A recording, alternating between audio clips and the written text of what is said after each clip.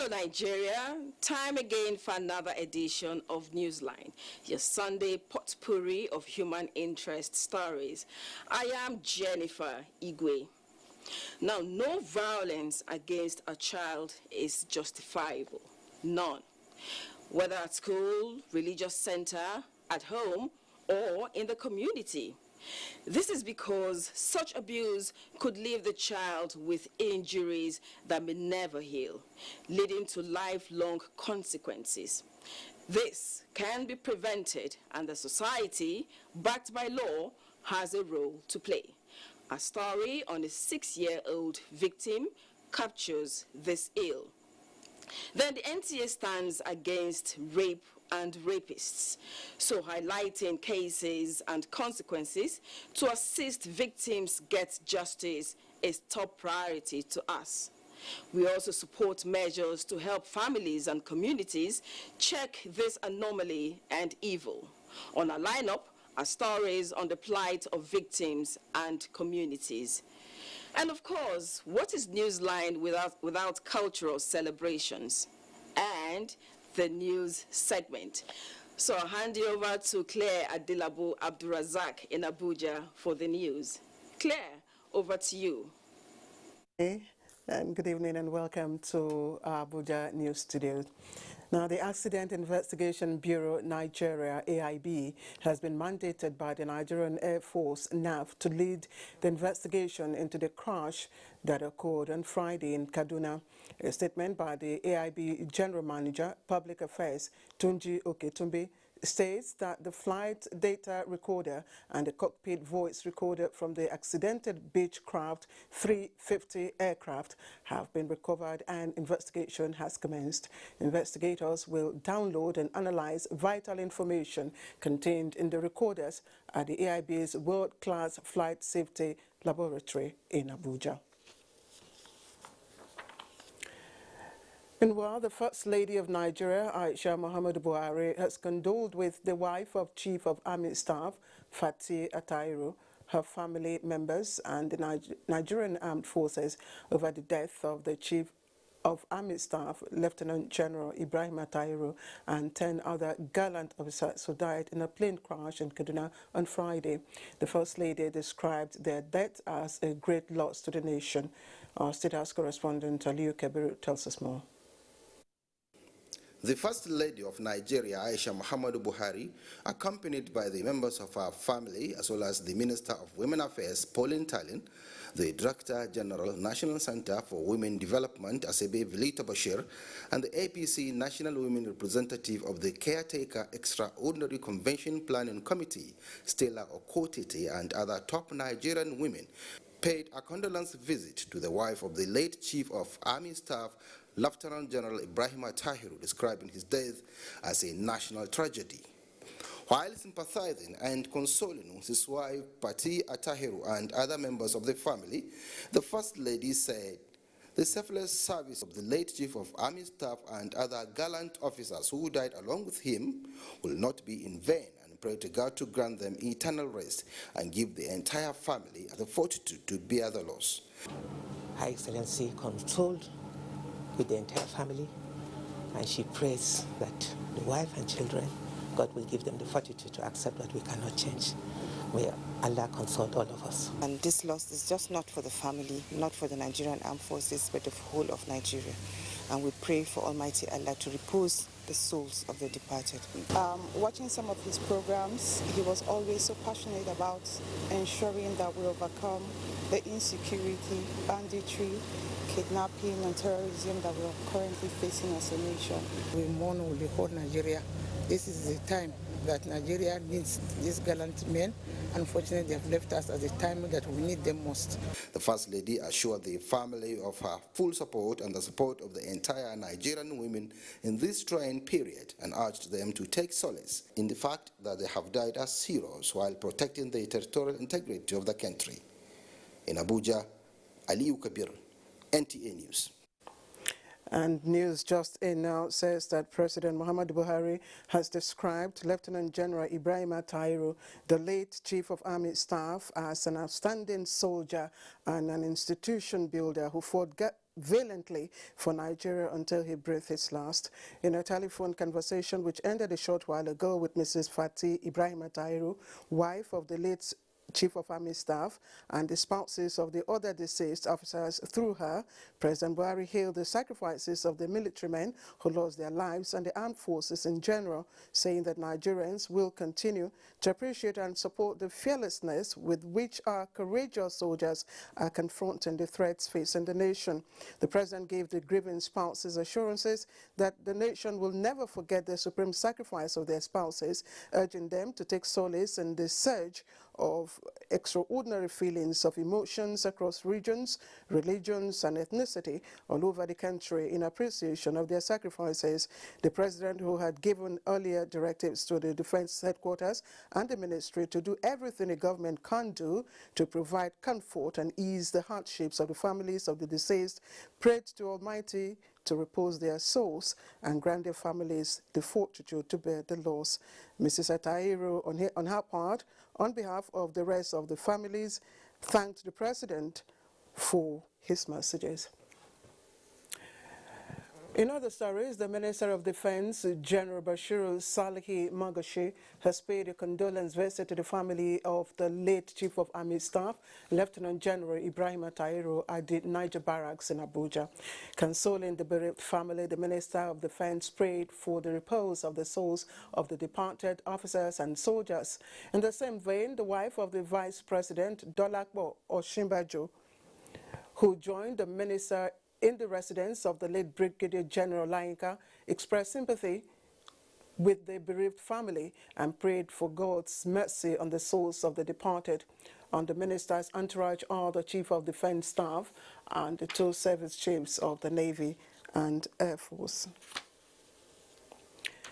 And President Mohamed Bazoum of Niger Republic has also condoled with President Muhammadu Buhari, government and people of Nigeria on the death of the Chief of Army Staff, Lieutenant General Ibrahim Tairu, and 10 other military officers in a plane crash on Friday.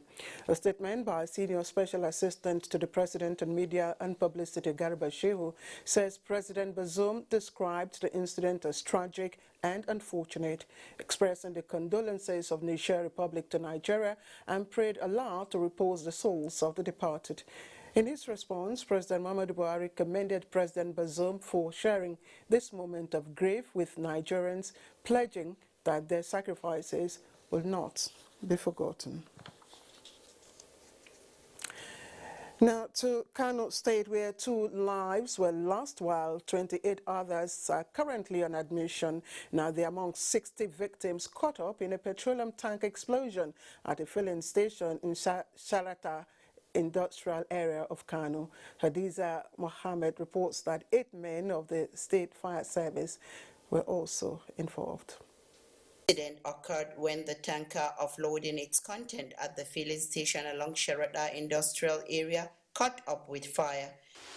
Currently, we have 28 patients on admission. 8 of them are members of the fire service, while the other 18 were the passers-by and those that went to the incident site for sightseeing.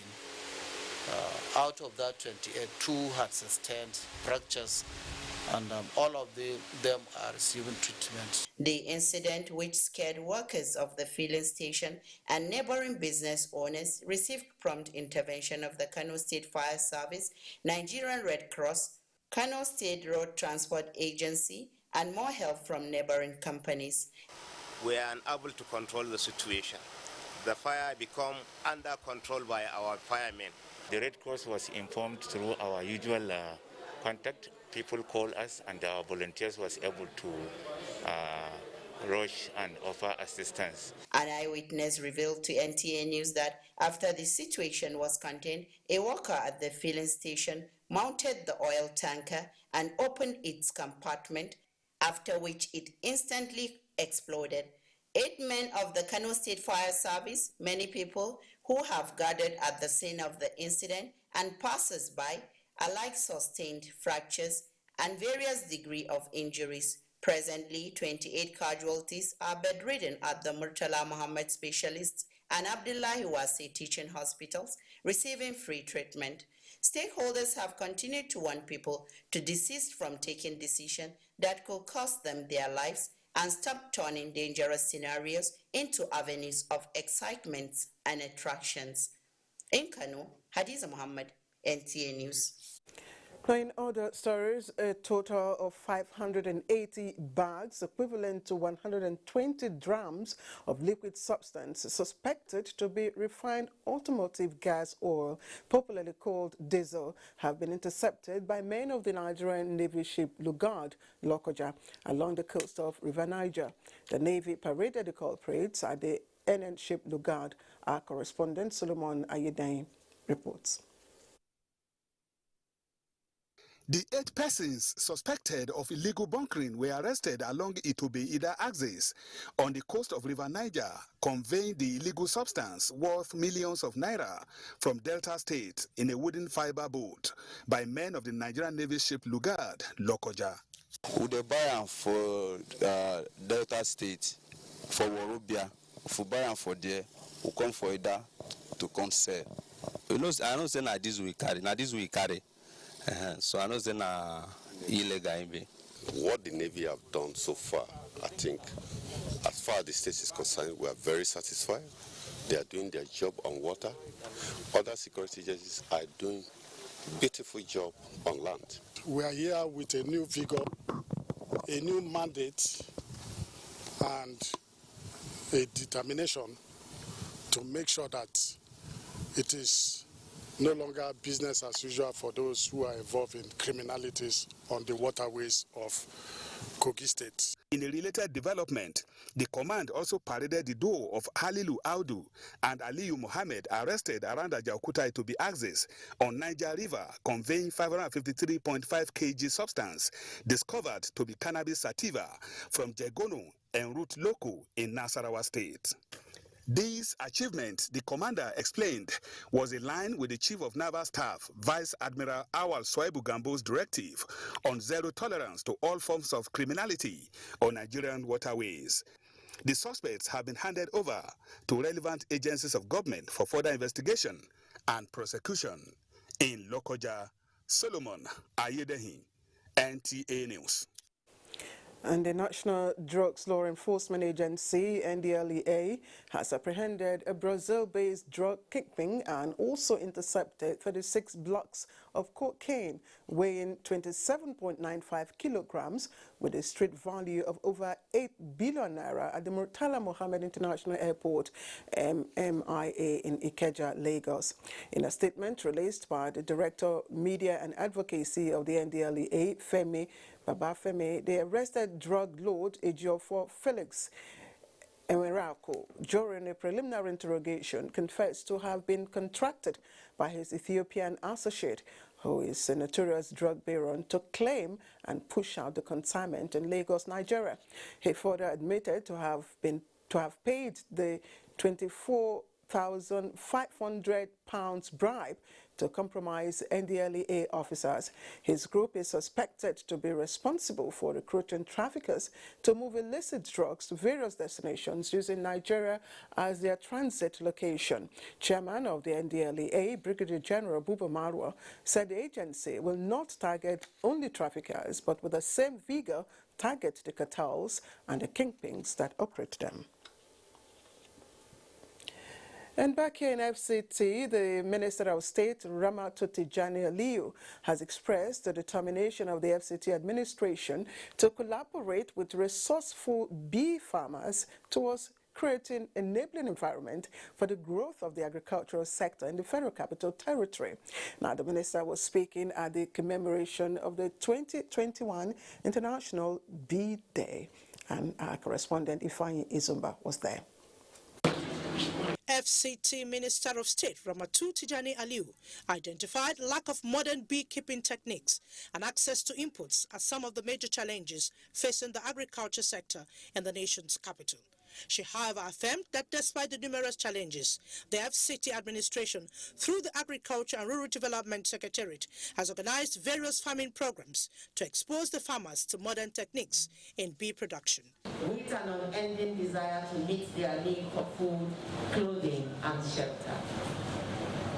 The significance of this day, therefore, cannot be overemphasized, as research is indicated that bees pollinate about 80% of world's plants and about 90% of food and cash crops.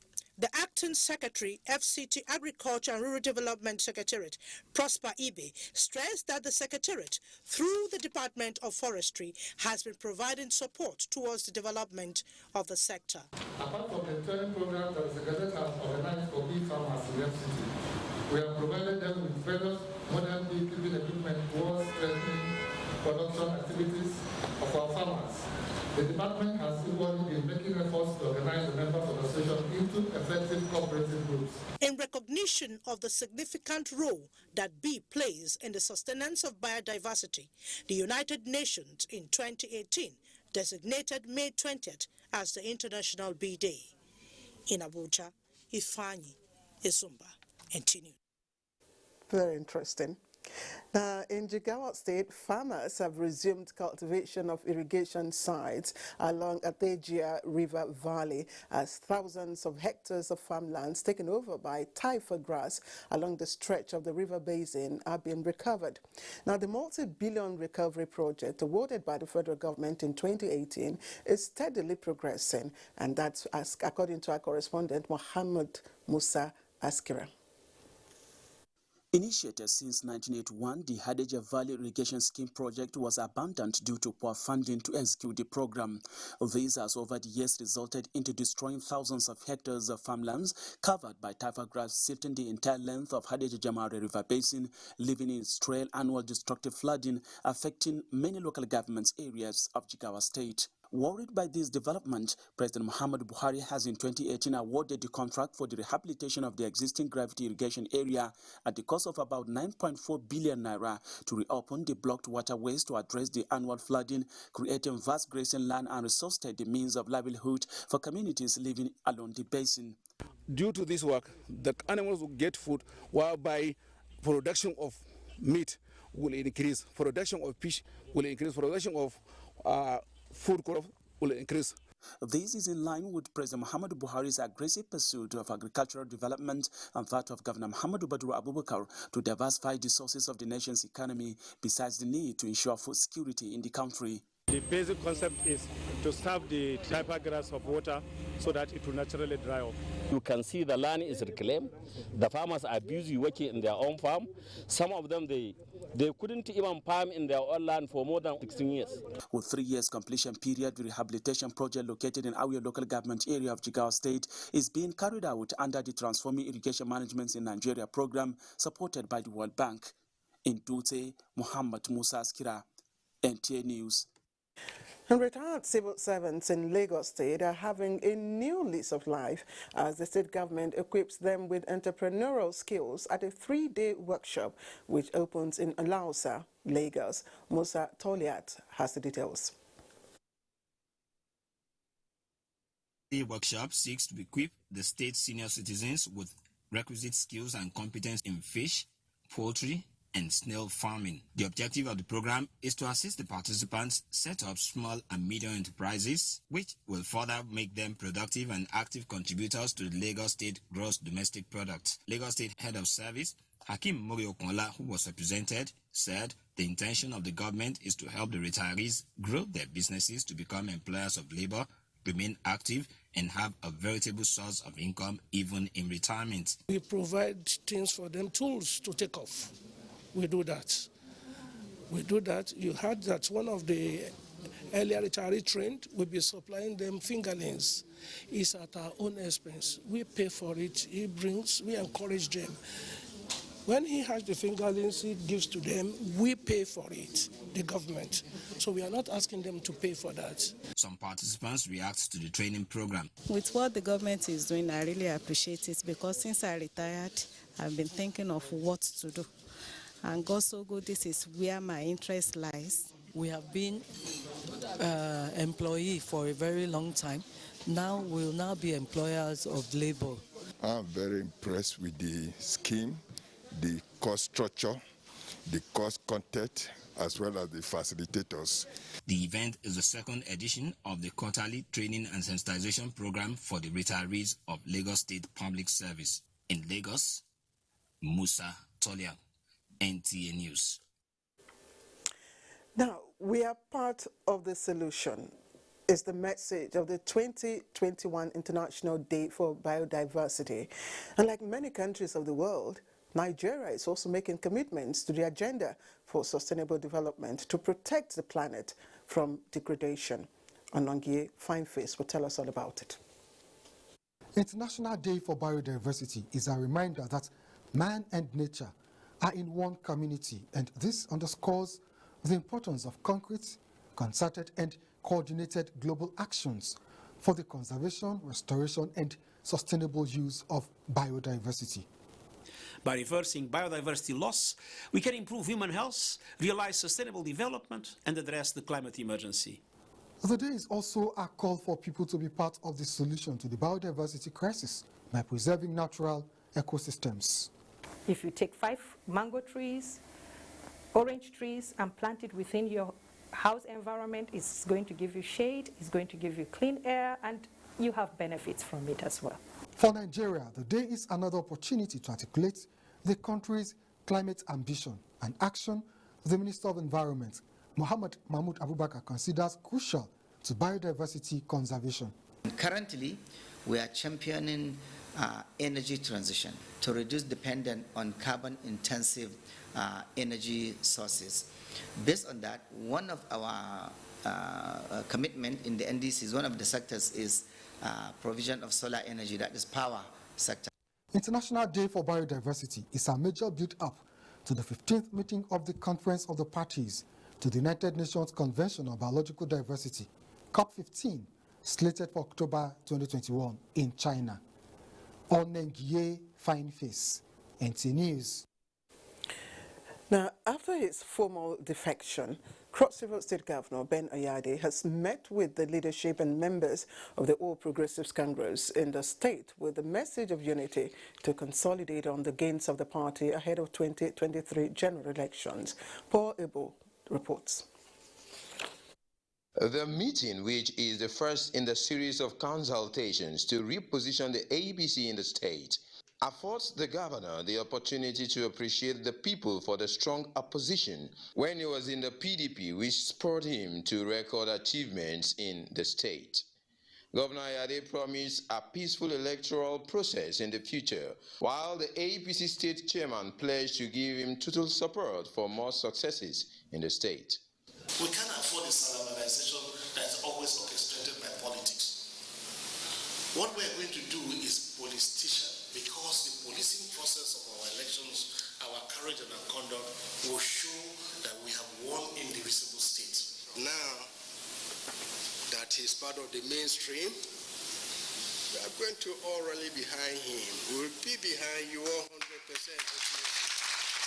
For once, instead of complaining, let us direct our energy positively and support it. In the spirit of fairness, Governor Ayade issued a directive to appoint 500 APC members to positions of authority. In Calabar, Paul Abel, NTA News. And the National Working Committee of the People's Democratic Party, PDP, on behalf of the National Executive Committee, has approved the dissolution of the State Caretaker Committee for the Cross River State chapter of the party.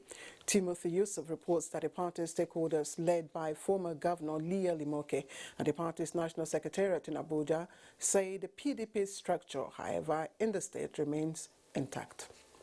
The decision of the PDP to dissolve and subsequently replace the Cross River State chapter of Caretaker Committee, according to the party's spokesman Kola Olobundion, is in pursuant to the powers conferred on the NWC by the PDP constitution.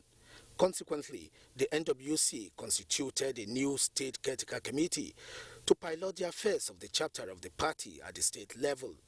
Effiok Kobam is chairman of the 10-man committee, while Eko Atu is secretary. Other structure of the party at the local government and ward levels in the state remain intact. Meanwhile, the Cross River PDP Stakeholders Forum, led by former Governor Leah Limoke, has described Governor Benayade's exit from the PDP as regrettable but not unexpected. He affirmed that the majority of citizens who had supported the party from inception remain in the PDP. We, as a party, therefore remain virile and strong. Hence, the events in our state avail us an opportunity to re-strategize. Senator Gershon Bassi, on behalf of National Assembly members from the state, reaffirmed their loyalty to the party. In Abuja, Timothy Yusuf, NTA News. And the Saudi Arabian authorities have announced that only 60,000 foreigners will be allowed to perform this year's pilgrimage in the Holy Land.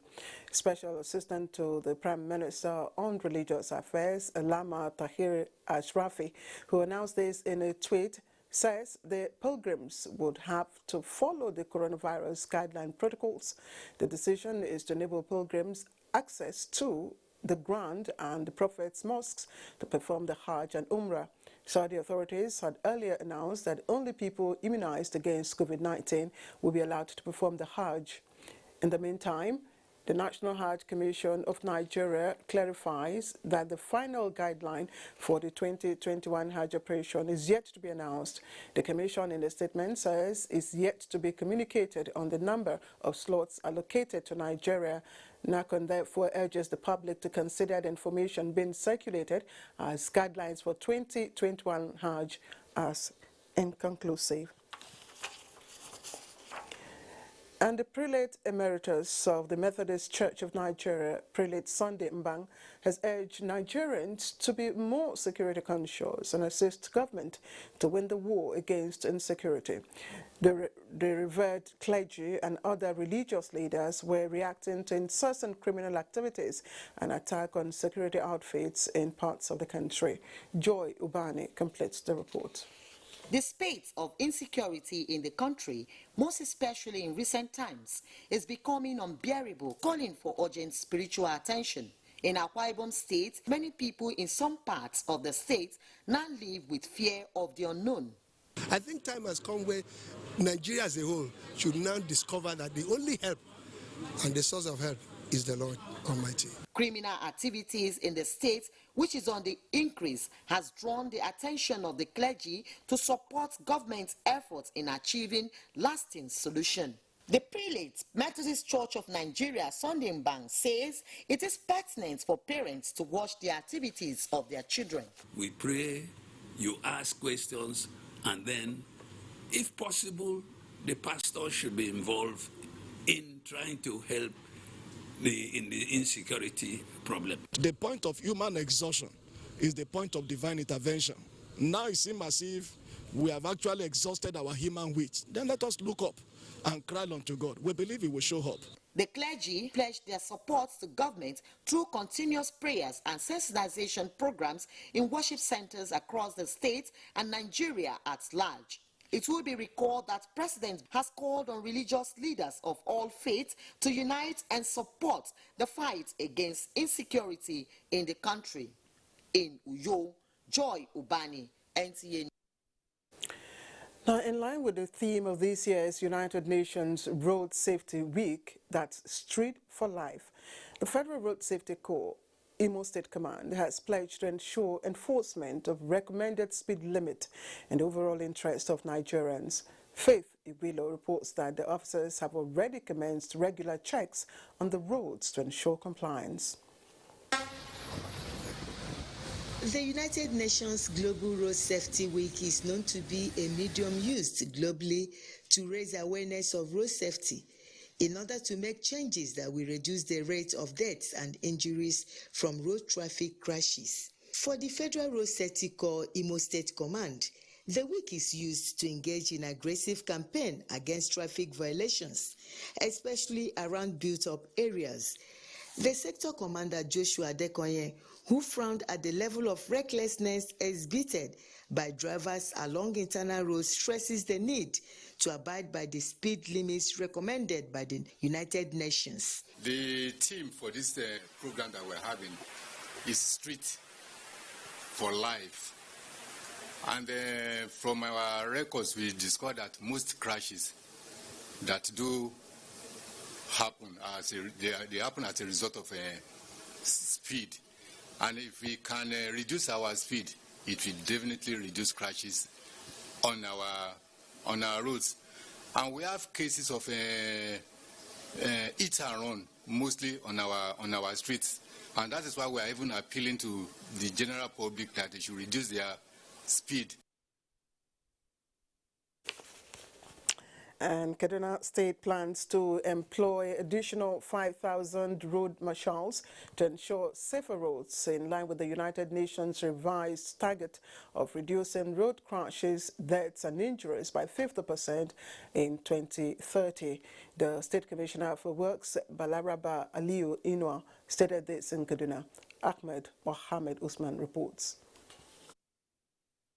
Records show that the first decade of action for road safety, officially proclaimed by the United Nations General Assembly with the aim of reducing road crashes by 50% in 2020, expired with the inability of middle and low-income countries to meet the set targets. As a result, the United Nations Declaration was reviewed and extended as a second decade of action, starting from 2021 to 2030.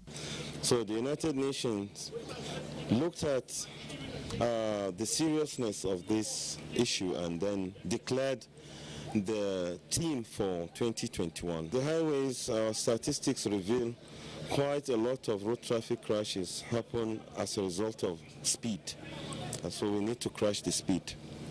Kaduna State government has already established some ministries that are saddled with the responsibility of regulating traffic. If there's any accident, at least 1 or 3 issues may likely happen.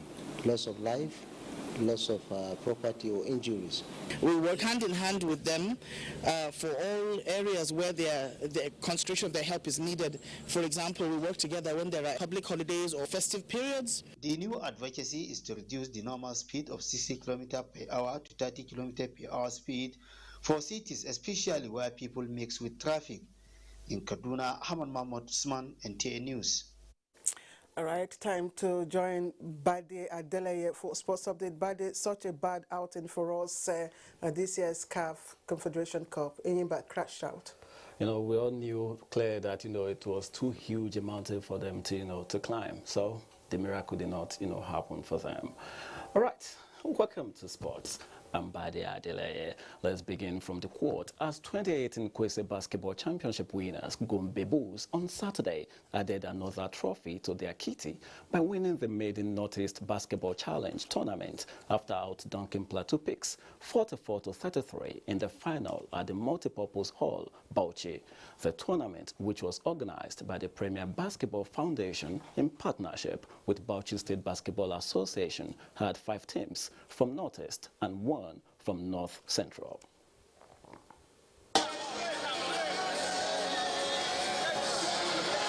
And it feels good coming out to be the MVP of this championship, with all the hard work and the results is paying off. It feels good. Like, there was no easy game in this tournament.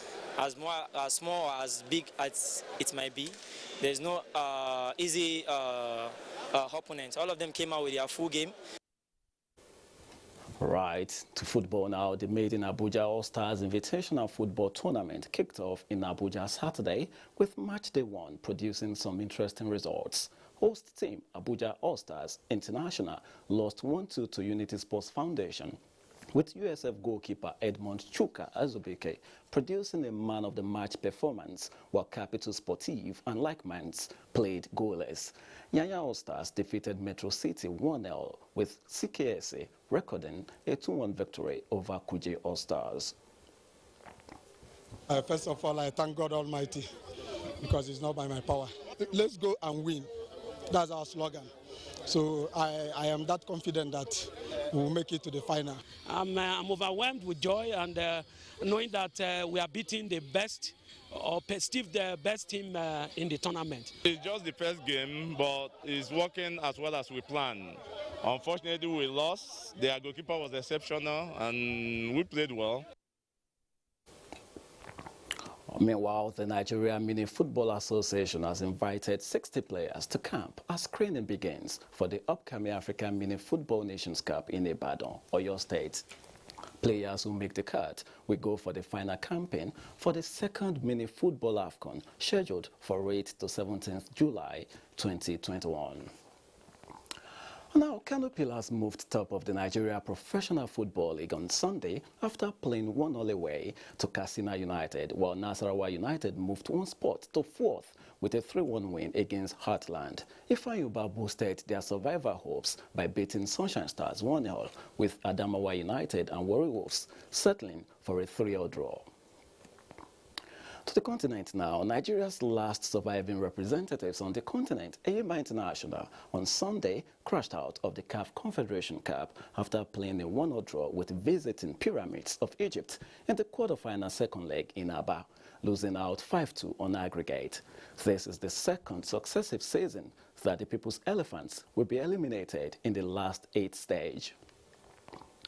And to Europe now, Liverpool beat Crystal Palace 2-0 on the final day of the Premier League season on Sunday to finish third and qualify for the UEFA Champions League next season, while Chelsea also booked their UCL ticket despite losing 2-1 to Aston Villa. Leicester City dropped to 5th after losing 2-4 at home to Tottenham, while West Ham United beat Southampton to qualify for the Europa League alongside Leicester, while Spurs will play in the maiden UEFA Conference League. Too bad for us now there. Moving to boxing now, Tyson Fury has vowed to beat Deontay Wilder for the second time after signing the contract for a third world heavyweight title fight in Las Vegas on July the 24th. The WBC champion was ordered by an arbitration court to face Wilder next, disrupting plans for an undisputed world title clash against Anthony Joshua, with the Nigerian-born British boxer having been ordered by the WBO to defend his belt against mandatory challenger Alexander Usyk. And of course, that's sports. It's back to Claire, but Claire, you know, knowing that you've got feelings for Arsenal, you won't be part of any competition in Europe next season. That's your pain. Congratulations to Chelsea. I'm always a gunner anyway. We're very passionate. I told you earlier on. Anyway, thank you, Badi. Let's get on with the news now. And President Muhammadu Buhari condoles with family of former Senate President, the late Choba Okadigbo, on the death of their son, Pharaoh Okadigbo. In a statement by his special advisor on media publicity, Femi Adesina, the president says it is very sad to lose such a promising young man with passion for youth involvement. President Buhari adds that the nation will miss a firm believer in the necessity for the people to work in collaboration with governments at all levels to achieve a better society. Let's take a look at the weather prospects for tomorrow, Monday, across parts of the country. You can get more news and updates on www.nta.ng or follow us on our Twitter handle at NTA News Now. You can also like us on Facebook at www.facebook.com/NTA Network News, and also stay connected and subscribe to our YouTube channel at www.youtube.com/NTA News Online. Also remember to watch our news live streaming at www.nta.ng/live.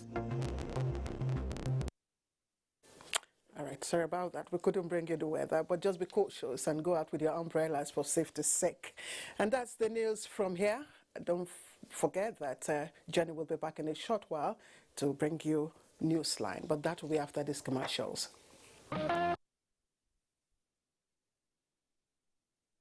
Welcome back. Now, Maraban Jos is very popular for travelers along Kaduna-Zaria Highway. The people have a collective goal of sustaining the vibrant happiness the place is noted for and ensuring it rubs off on those visiting the area. That aspiration could be chartered if a menace is not addressed, and the cause of this threat on the collective vision of the people is the upsurge in rape cases involving minors. Achari Maxwell reports that the community is crying out for help. He captures the challenge in this heart-touching story. Mararaban Jos is a popular stopover along Kaduna-Zaria axis. It is a melting point for articulated vehicles in northern Nigeria. Like any organized society, here we have the good, the bad, and the ugly. In Mararaban Jos community, peace and understanding is the order of the day. And now to the other side of the story about Amina Suleiman. Very popular and friendly among her peers, sadly, her community was thrown into mourning when her lifeless body was found behind her father's house, suspected to have been raped and killed. These are her friends, and they have come to terms with the reality that they will not see her again because she was killed by evil men. The situation here is that of pain and sorrow. They have killed my daughter. It is quite a painful death. Only God could intervene in the issue. When we are looking for the girl and we don't see her, when we go through the lines, then we just found her fall on the ground. She dead. Then we just took her to come to the house. After that, we go to the hospital and she was dead. We want the government to help us out. The rape of minors is becoming rampant. As if that was not enough, 2 days after, another minor was raped within the same area. She was lucky to be alive, but defiled at the age of 6. A suspect was apprehended by the local vigilante service and handed over to the police. All I want is justice. The entire community and activists on gender-based violence are worried about the emergence of rape of minors in the area. The parent had wanted to forgive him because they said there is no suspect yet. So they wanted to go on and bury their child, which I advised them not to do that because we need to investigate and run a medical test that is post-mortem. What we want to see going forward, we don't want this thing to be repeating itself because it happened in the past. That is in Kurmi Marsh area of Kaduna State. It's still within just 2 local governments away from Maraban Jos. They raped a girl. After 4 months, they raped her to death, dropped in a mosque. I think NTA to cover the story. After 4 months, they raped another one, the same age, 6 years, and she was dropped in a burial ground. And up to today, no suspect have been arrested. The community on its own is on aggressive sensitization on how to protect their young boys and girls.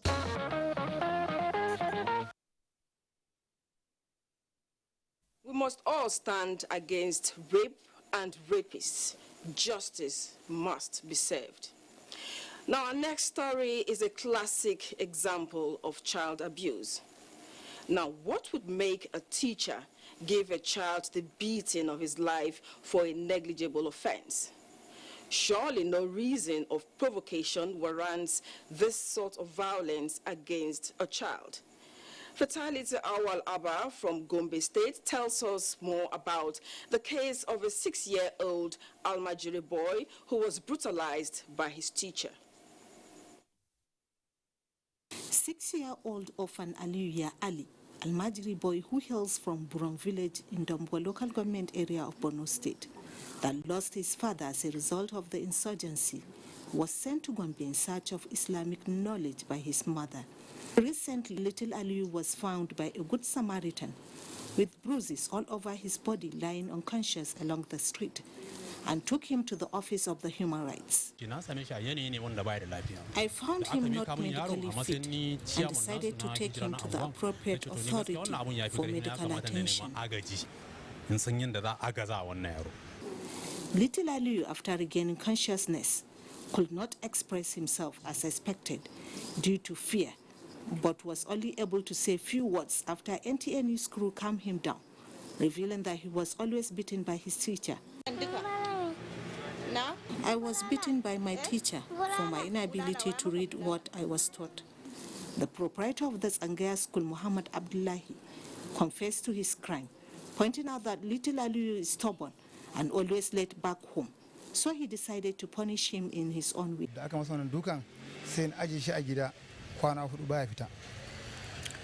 I kept him at home after the punishment for 4 days. After that, one of his friends took him out in search of food. And Aliyu took to his heel when his friend asked him to come back home.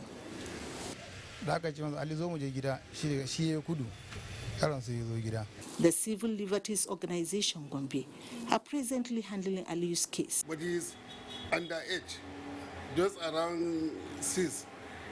But he doesn't know himself even how this type of maltreatment have go inflict on him. So it is unfortunate that such things are happening. The wife of the state governor, as a mother, was quick to respond to the case of little Aliyu and promised to give the needed assistance to ensure that he stays with his family. Will come in to assist the family of this Aliyu. If you look at it, the reason why maybe the parents brought him here maybe is a poverty. Aliyu has been taken to the hospital for proper treatment.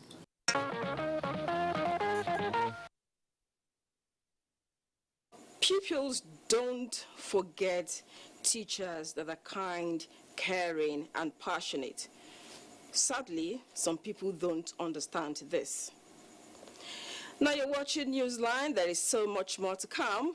Join us after the break. Welcome back. Now, Seplat Petroleum Development Company PLC, Nigeria's leading gas and oil firm, is breaking new grounds in the industry with the plans to drive a more sustainable energy generation through the annual gas processing plant as a way to reduce carbon emissions. Chairman Seplat Petroleum, ABC Ojako, while reeling out efforts of the company at sustaining good financial records at the 8th Annual General Meeting, announced a total dividend of 10 cents payable to shareholders for 2020 fiscal year. Abolade Salami reports. No doubt, most companies in 2020 financial year had their closing figures in red, while some who couldn't bear the suppression of COVID-19 pandemic had to downsize or close business. The same wasn't for Seplat Petroleum Development Company, which working strategy was built on resilience, strength, and value creation. The company at the 8th Annual General Meeting observed under COVID-19 protocol, intimated stakeholders on the financial expenditure for the year ended December 31st, 2020. The company does not have real financial loss. What you have seen... With a reversed operating profit of $121 million and $318 million cash generated from operations as against the $150 million invested in future growth.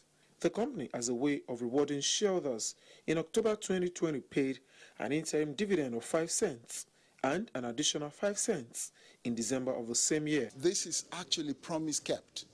When we started this company, we were clear in our minds that we'll be declaring value to all stakeholders. Remember, our core value is value creation, integrity, and partnership. Therefore, we promised the shareholders that we're going to have them receiving a real capital appreciation as well as dividend. We therefore have to consistently pay dividend to deliver on that promise, as well as making sure that the shareholder return is guaranteed. In maintaining its leadership role, Seplat Petroleum drilled 6 oil wells and 3 gas wells in the year under review to focus on high-margin oil wells. Given Nigeria's need to improve access to energy and the potential for significant market growth, Seplat is positioned to diversify and sustain its strength as energy company in the future.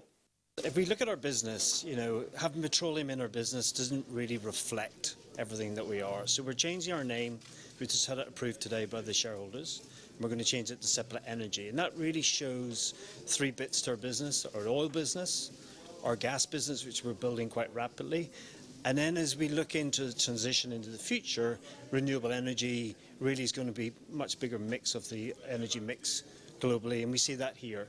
The chairman of Seplat Petroleum seeks the approval of stakeholders and the change of name of Seplat Petroleum Development Company PLC to Seplat Energy PLC to reflect the company's intention of taking the lead in energy transition in the next decade.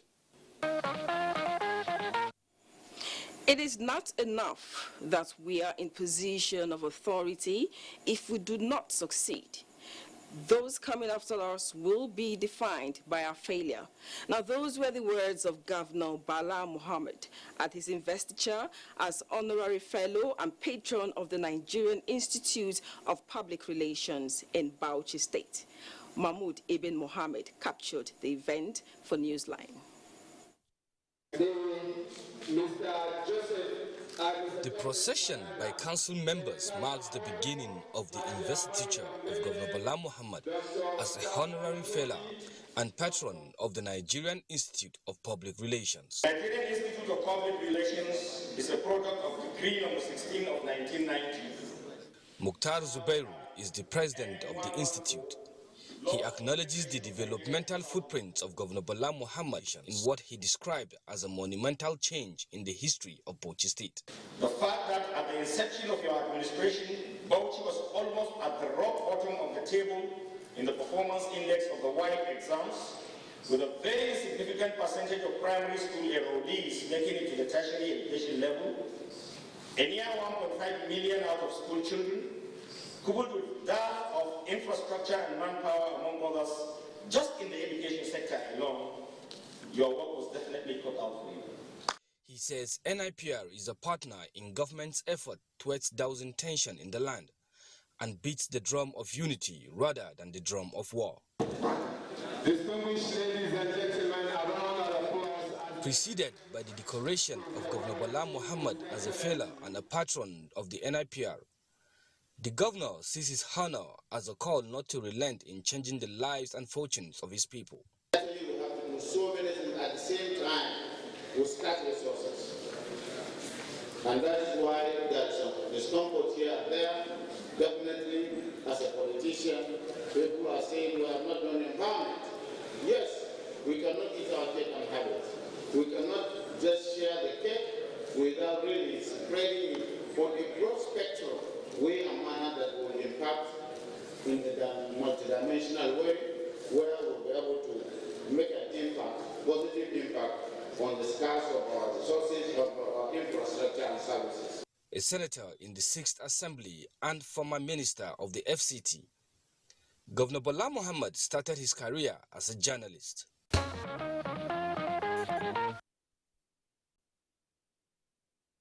Congratulations to the governor of Bauchi State. More power to your elbow.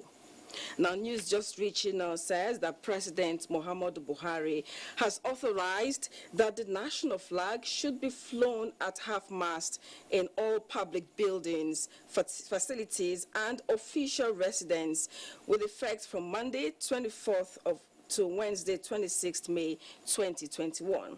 This approval is to honor the memory and services of the late Chief of Army Staff, Lieutenant General Ibrahim Attahiru, 10 senior military and service members who lost their lives in the plane crash of Friday, 21st May 2021. In a statement, the Secretary to the Government of the Federation, Boss Mustafa, noted that the President has similarly approved a work-free day for members of the armed forces on Monday, 24th May 2021.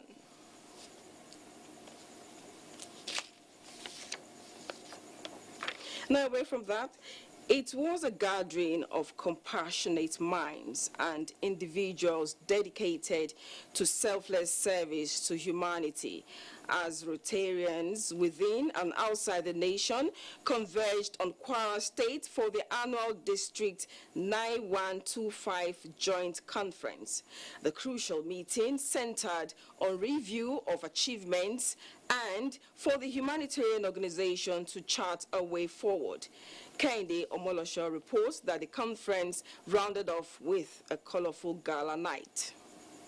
Rotary International is an organization of business people and professionals united worldwide who provide humanitarian services, encourage high ethical standards in all vocations, and help build goodwill and peace in the world. The club has impacted positively on the lives of many Nigerians with the provision of health infrastructure, water, as well as playing a leading role in the eradication of polio. Aside charting a way forward for Rotary International, the conference is also an opportunity to review activities of the District 9125 in the last year. The degree of development in the society is measured and evaluated not by the material wealth of a few, but rather by how the weak and the powerless in their midst are treated. According to the first female district governor of District 9125, Jumoke Bangboye, the conference afforded her the opportunity to reflect on her activities since her inception as the governor. Like the Rotary theme for the year is Rotary Opens Opportunity. And within this 1 year, we've actually opened lots of opportunities to those in our communities. She has given her life, talent, everything to serve humanity. And I'm not surprised that today she's the district governor because she's been very hardworking. Rotarians are convinced giving back to society, which has been the key cause of Rotary Club, should never go into extinction, but rather be spread across the globe. The idea of a citizen conference is to awake the interest of the society. When you encourage people to come together as friends, relate together, and do projects together, this way we make sure that there's peace among them. Rotary is so impactful in terms of the ways that we're doing projects and helping people in communities and the ways we're lifting individuals in leadership. The week-long activities of the Rotary Club came to an end with a gala night which availed members the opportunity to see the district governor-elect, who was led into the hall amidst dancing and jubilation.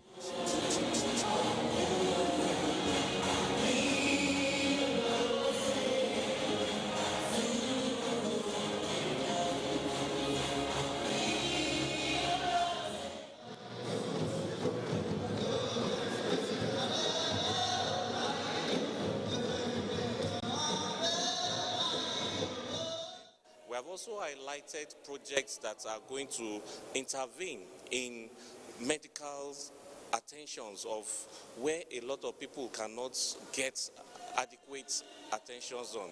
Cleft lip surgery, hepatitis B test, and so many things in the disease and prevention area. And these are some of the things that will help shape the next Rotary year. We experimented on this 1 week and it's been very, very successful with the support of all members. Indeed, the experience of all participants at the district conference will linger on their minds for a long time, as many say they enjoyed the peaceful atmosphere of Kwara State.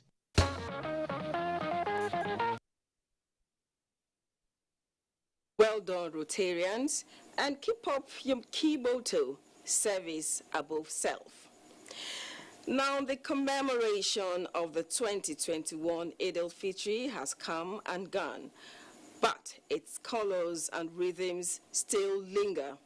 In line with this, Tudunwada community in Kano State could simply not resist the urge to show off the ambience of their heroic past. They staged a cultural rebirth to the excitement of beholding eyes. Muhammad Rabiu Ali tells us how and why. Culture represents the artistic choices, behavioral, beliefs, and religious diversity of a particular region. The way in which a certain society develops has a key role in the development of its culture and language. For Tudunwada community in Nasarawa local government area of Kano State, predominantly Hausa, love to maintain their culture by practicing and instilling the values to younger ones. This community has been observing these cultural displays for more than 50 years on this arena to engage youth by reflecting on the core traditions, especially during Salah celebration, to keep them away from social vices. These include traditional wrestling and boxing, Hausa drama, among other artistic displays.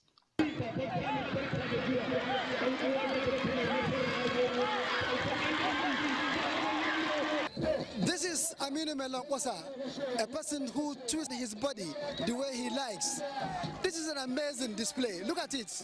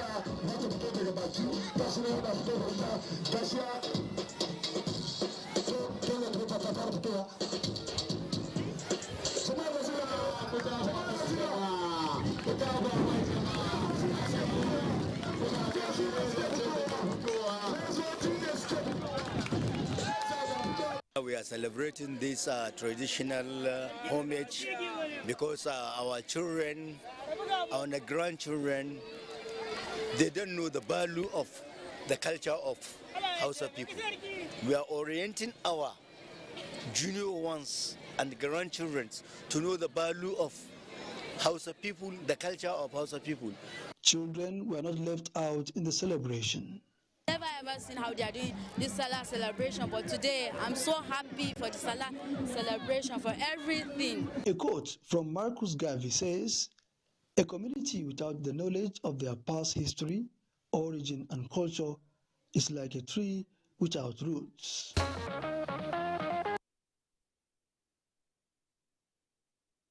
Great way of communicating deeds from the past for future generations to learn from.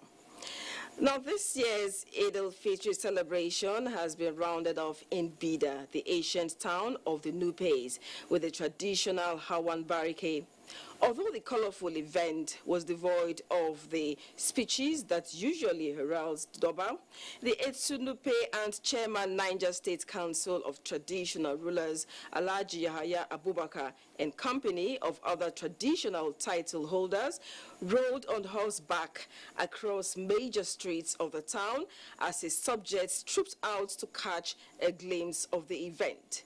Jones Ajayi filed this report.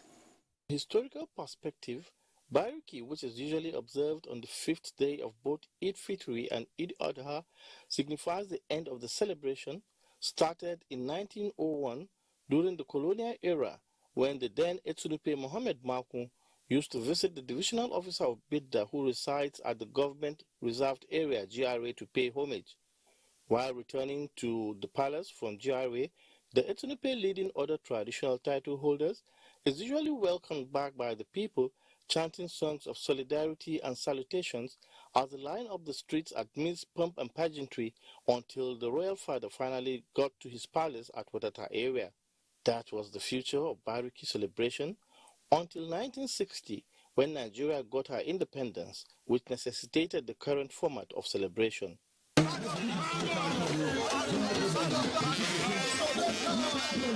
Although the event is still being celebrated, Etsunupe now takes the center stage as the focal personality with other title holders on horseback riding through the designated streets across the town.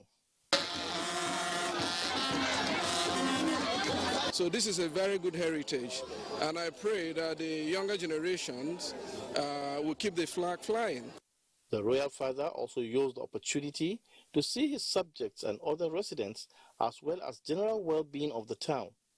Similarly, as the procession continues, another popular feature of the celebrations is that the Etsunupe stops at short intervals to give out kola nuts as a mark of blessings to his people.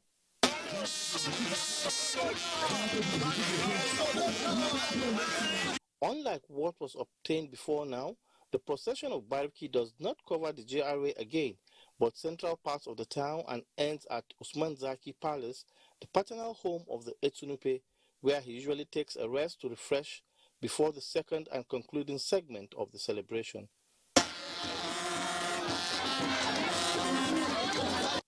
The concluding part of the event is therefore kick-started from the Usman Zaki Palace to other parts of the town and terminated at the Wadada Palace, where it all began.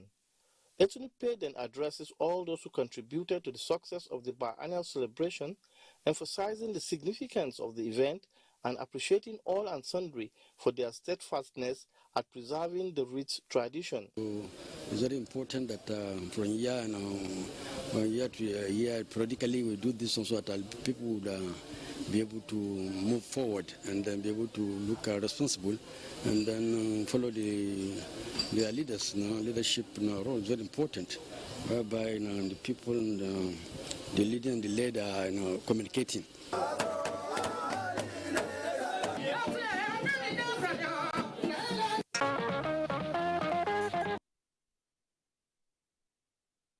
Nothing brings people together like festivals.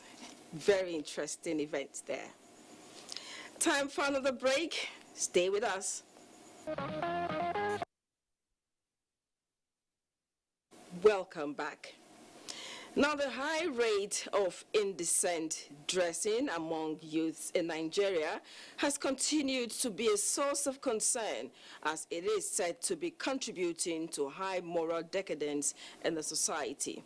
Nkiru Nyejesi reports that this trend is very common among youths and even some adults. Indecent dressing, also known as immodest dressing, was over the years uncommon in Africa, but today it is negatively becoming part of the lifestyle among the youths, and at the same time leading to the increase in the rate of immorality in the society.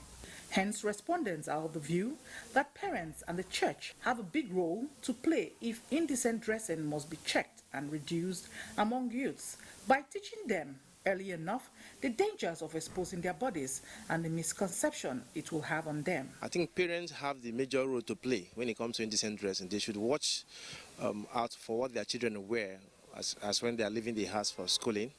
Let the churches too should also look at it.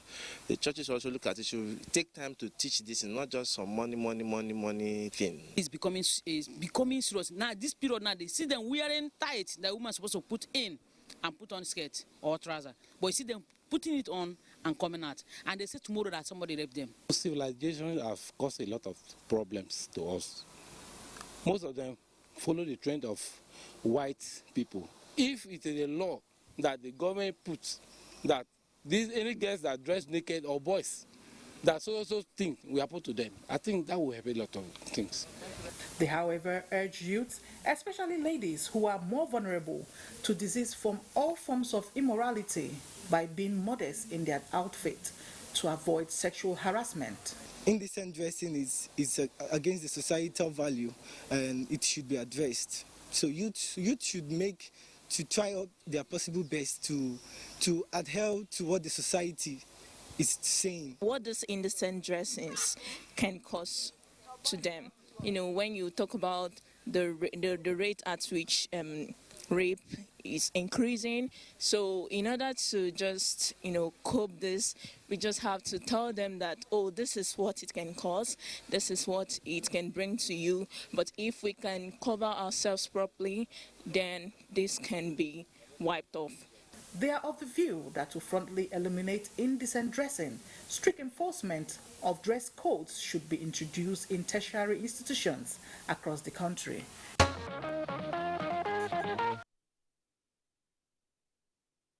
Now, what is fashion to one person may not be for another. The bottom line is decency. If you don't have that at the back of your mind, then it becomes a problem. We'll take another short break, and when we return, we'll take another story. My name is Nancy Oyedia Orom. I'm AIT correspondent. I've been covering the Presidential Task Force on COVID-19 the last 1 year. I just took the jab, the Oxford AstraZeneca vaccine, and it was seamless. And I was opportune to take these vaccines with the SGF, the ministers. So I want to use this medium as a journalist for someone who has experienced COVID in the last 1 year. I want to implore media houses, broadcast industries. Let's join hands together to propagate the good information out there for people to believe in these vaccines. That's the only way we can have health immunity and also achieve the projection and target of Nigeria come 2022. Well, I must implore all Nigerians to go out there, register on the Primary Healthcare Development Agency website. These vaccines are free for all Nigerians. Go to the website, register. It is free for you and I.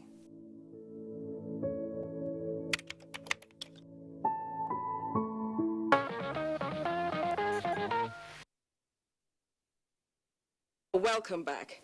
Now that's Newsline this week, and we hope to see you again next week because we'll definitely have more interesting stories for your delight. So until next week, when another episode of Newsline comes your way, thank you for watching, and God bless Nigeria.